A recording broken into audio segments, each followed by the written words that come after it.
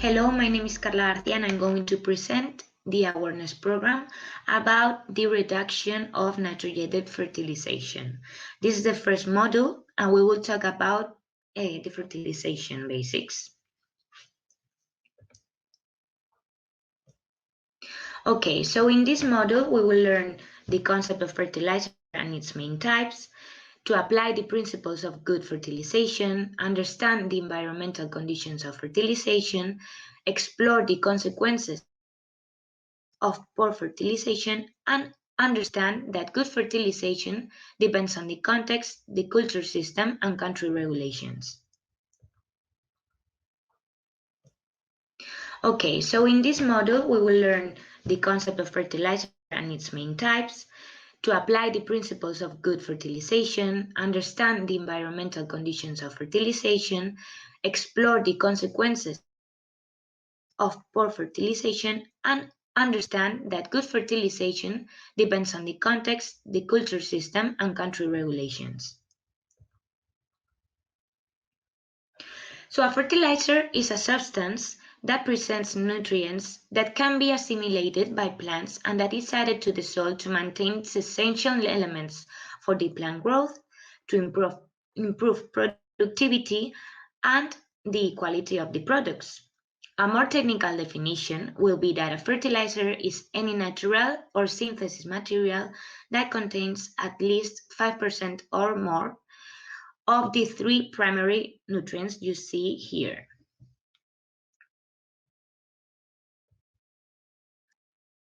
Fertilizers can be classified according to many aspects. For example, depending on the origin, they can be classified into minerals, organic, and synthetic. An advantage of organics is the slow release of nitrogen that helps to improve the soil in the long term, although they have the disadvantage with respect to minerals of heterogeneity in composition and the difficulty of storage. Depending on their composition, fertilizers can be classified into nitrogen, phosphoric, and potassium, as well as to mixed formulas and other nutrient presentations. There are also other classifications such as the presentation, the nature of the mix, or the time of application. Depending on the rate of nitrogen released, it can be classified into the three types of rates you can see in the table. So as we can see, there is an immense range of possibilities.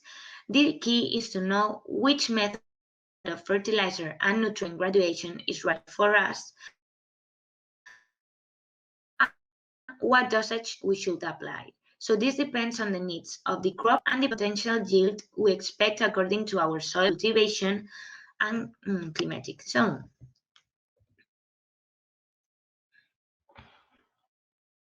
According to Fertilizers Europe, the European agricultural area currently occupies 134 million hectares, of which 90 million are fertilized annually. Long-term reductions in the consumption of major fertilizers have been observed. Further reductions in nitrogen consumptions and a slight recovery in phosphoric and potassium are expected over the next 10 years. Experts highlight the enormous influence of environmental regulations on this evolution, although an improvement in fertilizer quality and fertilization techniques is also expected. The assimilation of the nutritional elements in the soil does not depend only on the chemical form in which they are found, but it is also a function of climate, the genetics of the plants, its state of development, the physical and chemical properties of the soil, and cultural practices. Erosion and flow cause nutrient losses and leads to crop extractions. The plant has nutritional needs at certain times in its vegetative cycle, during which soil reserves can be insufficient. It is everyone's obligation to take responsible management of fertilization to increase their efficiency. 3 are the basic laws of proper fertilization. The law of restitution that requires a balance of ins and outs and acts to keep the fertilized soil, the law of the minimum, which indicates that excess of one nutrient does not compensate the deficiency that other nutrient causes in quantity, and the diminishing returns law, illustrated in the accompanying graph. When no fertilizer is applied, the yield is at its minimum level. At first, yields increase as the fertilizer application rate increases until it reaches the maximum level. From this point, an addition of any kind of fertilizer will not increase the level of yield, and even when fertilizer application rates are too high, yield decrease. It's a matter of knowing and applying properly what you're going to expend and in what you are going to expend. At least 30 to 50% of the yield is attributed to application of the fertilizers. That is why most of us believe that by applying more fertilizers, we will get higher yields. Rational fertilization is achieved by applying the 4 basic principles called the 4 R's, proposed by the International Plant Nutrition Institute. These principles are the use of the right source, the right dosage, the right time, and the right place. By acting in this way, we can maximize the absorption of the growing system, reducing losses, and therefore negative impact on the environment. Some specific recommendations for the implementation of the 4 R's are about the what and the how in fertigation, use specific fertilizers for this technique.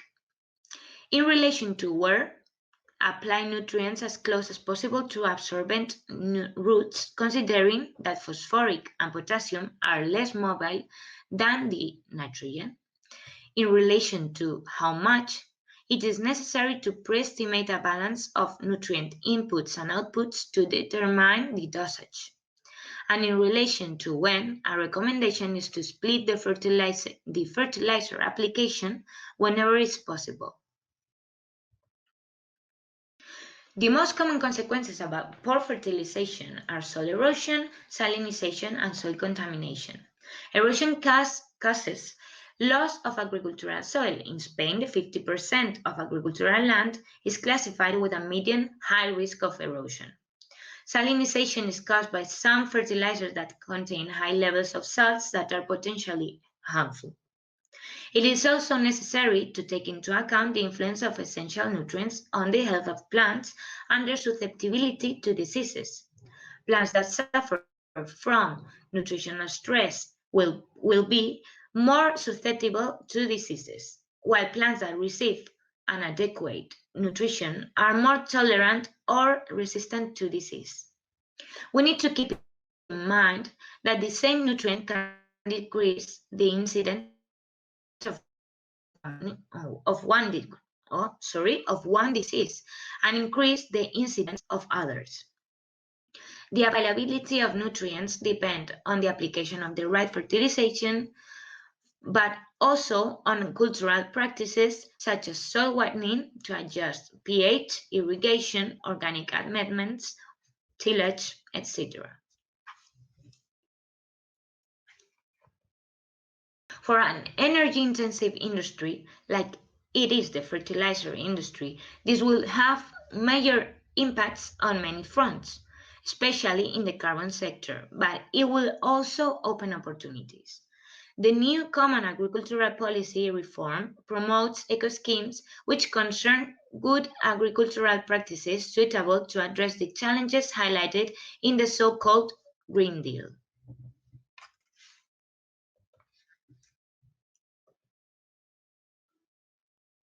There are very different protection systems that coexist in the agriculture, special connotations that must comply the rules established by the administration. A first system considered to apply in vulnerable zones is integrated production, which allows the use of chemical fertilizers, always establishing a maximum limit for the total contribution of nitrogen per hectare in each crop. A second clearly expanding system in Spain is organic farming. The European regulation of it is under review, which allows fertilizers derived from organic waste and also minerals such as natural phosphate or potassium sulfate, for example. Finally, the concept of precision agriculture that contemplates digital technologies about the application of fertilizers according to specific needs of each point, derived from agroclimatic conditions. To illustrate what a sustainable system is, conservation agriculture is a farming system that can prevent the loss of arable land while regenerating degraded land. It is based on three fundamental principles: minimal mechanical alteration of soil by direct deposition of seeds and fertilizers, the organic soil cover with crop residues and cover crops, and diversification of species, which promotes a variety of flora and fauna that contributes to the cycle of nutritious elements. Some examples of conditionality, which are inferred from the application of CAP regulations that are currently under review during the negotiation for the post-2020 CAP.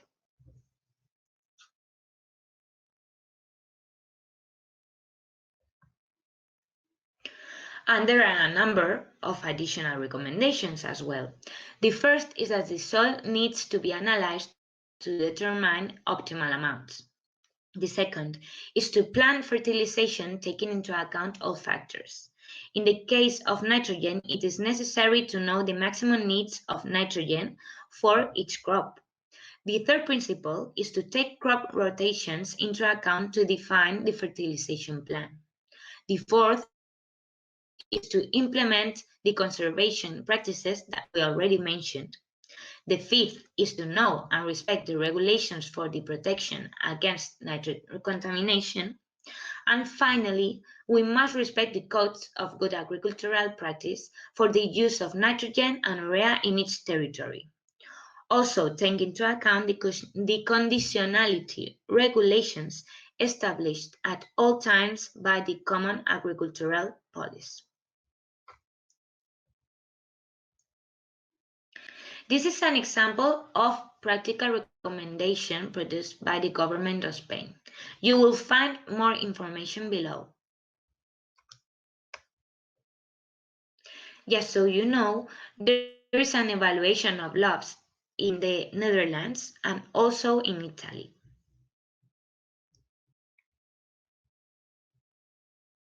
So there is no single formula for rational fertilizing in all territories. The 4R scheme helps us focus on the what, the how much, the when, and the where of rational fertilization. These basic principles cannot be abandoned, although practical recommendations depend on the context and regulations against pollution. Proper planning is basic in all growing systems, as well as integrating fertilization into a conservation farming concept. Thank you very much for listening.